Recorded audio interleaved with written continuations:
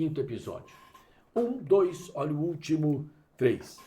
E cá estamos mais uma vez, mais uma semana que se inicia, mais uma semana que se projeta e mais algumas informações importantes do mercado de criptomoedas.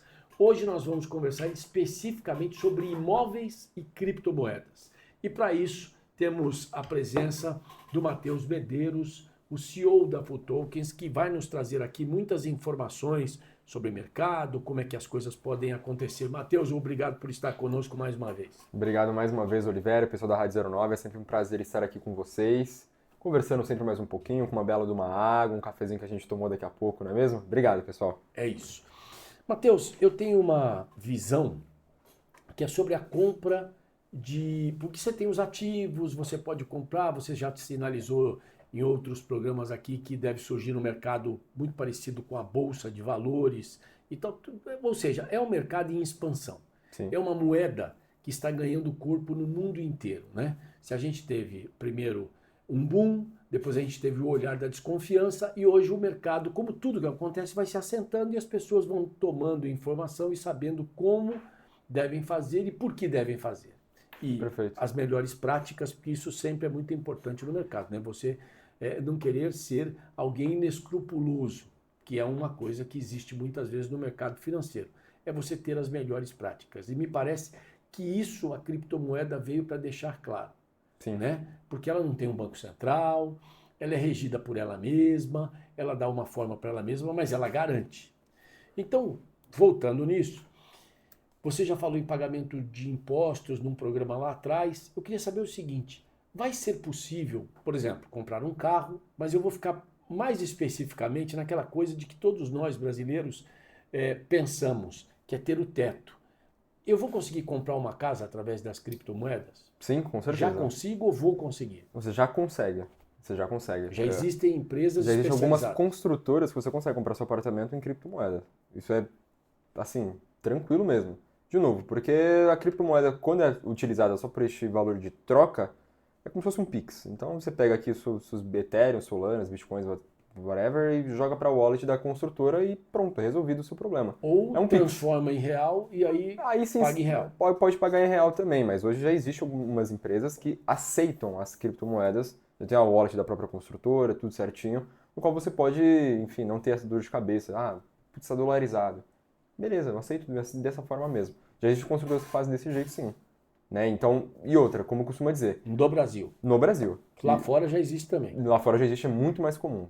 Muito mais comum. Você tem conhecimento sobre comprar um imóvel, por exemplo, que é uma coisa comum para o brasileiro comprar imóvel na faixa da Flórida. Né? Existem outros mercados, tem gente que quer comprar em Nova York, que é muito caro, tem gente que compra em Los Angeles, que é o mercado talvez intermediário, mas tem gente que vai para colocar um pé nos Estados Unidos ou numa forma de investimento, depois vivendo do aluguel daquele imóvel que é comprado em Orlando especificamente, em Kissimmee, em Miami, ou Kissimmee, como depende, cada um fala de um jeito, né?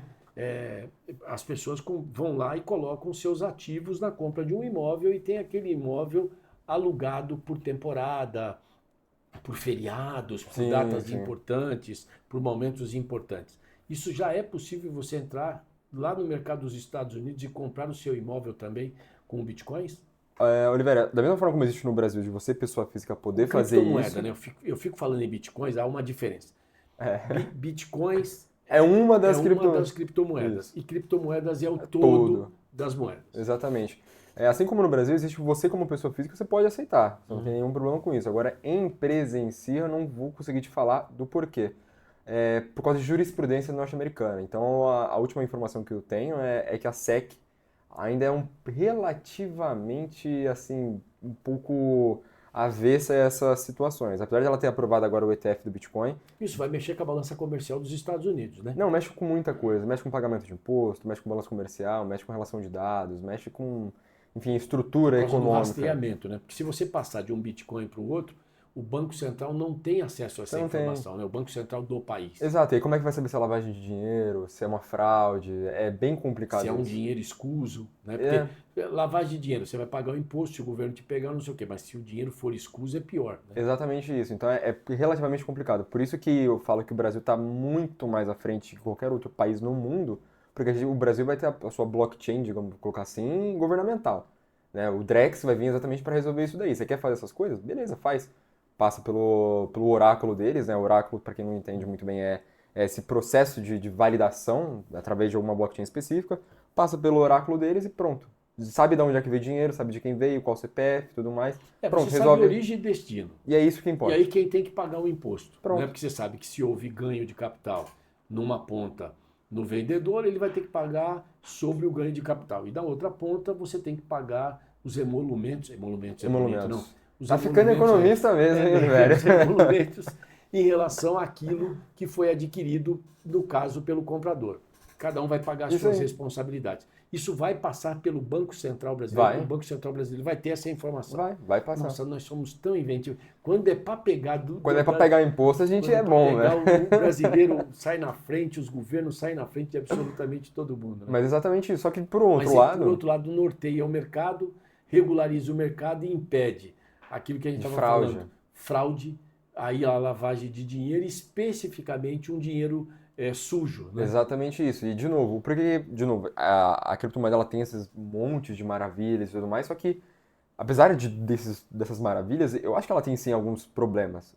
E, por incrível que pareça, um dos problemas, apesar de ser a própria solução, é essa dificuldade, às vezes, de você entender se aquilo é uma coisa boa ou ruim, válida ou não. Né? Porque eu já vi falar em alguns outros episódios de um tipo de contrato que se chama Honeypot Contract. O que é isso daí? É basicamente o seguinte... Você dá acesso da sua wallet, né, da sua carteira, sempre quando você vai acessar algum tipo de site em um Web3, você tem que assinar o contrato, porque a sua carteira ela tem que conversar com aquele site. Beleza? Beleza. Eu assinei, isso daí é como se fosse um contrato mesmo, é um contrato, olha lá. Sim. Contrato inteligente, do bloco tal. Dependendo, se você não conhece esse terceiro ator, esse site, você pode se lascar. No seguinte nível, se eu tenho $1 milhão na minha carteira, minha carteira é segura, que não sei o que lá. Se você não presta atenção nisso daí, se não é um site inteligente, não é um site que seja válido e tudo mais, você perde o dinheiro. Por isso a necessidade exatamente de uma corretora para te dar toda a informação. Isso.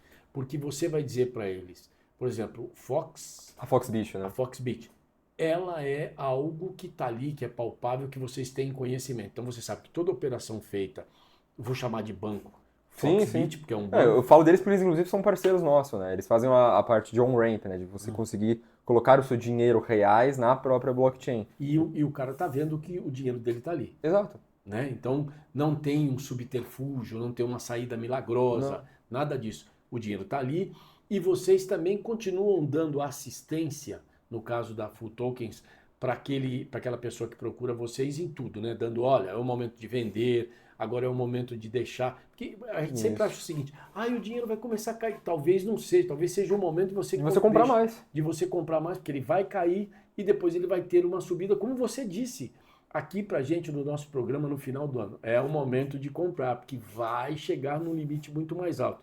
Estava em 43 no dia que nós falamos isso, $43 mil um Bitcoin. E hoje esse mesmo Bitcoin está, se a gente olhar 70 e alguma coisa, 69 mil, que é um dinheiro extraordinário, um ganho de capital extraordinário. Sobre isso também se paga imposto, sobre esse ganho de capital? Se paga. No passado não se pagava. Dentro do sistema ou você tem que, quando você recorrer à moeda? Dentro do sistema. Perdão, dentro do sistema você está falando dentro da blockchain ou dentro do governo? Não. Do governo. Fora do sistema, do governo. No governo você paga. Quando você trouxer ele ao real, exemplo, ele paga. Eu coloquei o real. Aí ele foi lá em real. Quando ele volta para mim, para que eu possa me utilizar do dinheiro para fazer alguma operação, comprar algum bem, ou simplesmente para cuidar da minha vida, aí na hora que eu volto eu dou lá um ganho de capital. Poxa, eu ganhei R$50 mil. Você tem que pagar imposto sobre isso. Aí eu tenho que pagar. Você tem que pagar imposto sobre Sempre baseado no ano fiscal. No ano fiscal, exatamente isso. Então, acima de $30 mil você paga DARF, acima de R$30 mil você paga DARF, e abaixo disso você segue a própria linha do imposto de renda, 2.400 para a alíquota de 15%, e você tem que declarar isso no ano seguinte, né, sobre o ano fiscal. Aí e aí, se não tem nada, até na cláusula acho que 24, 25 do seu imposto de renda, tá lá. Declaração de criptoativos. Isso existe desde 2020 ou 2019. Já existe isso. Não, já existe. É assim, se a gente for falar do sistema brasileiro, o sistema brasileiro é espetacular quando você fala. Para pagamento de imposto é maravilhoso. Mas é porque eu acho que a gente aprendeu com os nossos dramas. A inflação era diária, isso. Então você tinha aquela troca, aí é que entra o código de barras, Aí o código de barras, ele norteia um preço. Seja, se ele subiu 2%, no dia seguinte, automaticamente, pelo código de barras, ele Você sobe. já sabe. Antigamente a gente ficava nas maquininhas. Era comum você estar dentro do Precificadora, supermercado. etiquetadora. Você não era nascido. Mas já eu fiz tava. na loja do meu pai, viu? Etiquetei muito. Não, então, mas você nota isso. E aí essas tecnologias vieram e melhoraram muito isso. Né? Exatamente Porque isso. você imagina todo dia você ficar ali Etiquetando. e era uma atividade que consumia um profissional para fazer isso, né? Vários, né? Porque nós estamos falando de um supermercado, por exemplo, né? No preço do carro era simples, você falou, o carro agora vale tanto. Mas num supermercado que você tem cada lata de sardinha, cada lata de achocolatado, cada refrigerante, e aí o código de barras veio e matou tudo isso. Resolve isso daí. Né? Exato. Então nós vamos chegando ao final de mais um programa e vamos voltar semana que vem, porque semana que vem tem muito mais das criptomoedas para você, ao lado do Matheus Medeiros, o CEO da Full Tokens. Obrigado, Matheus. Obrigado, pessoal. E acessem lá fulltokens.com, baixem o aplicativo e serão muito bem-vindos ao nosso ambiente. Obrigado. Pode baixar. É sério, é bom e é firme. Obrigado.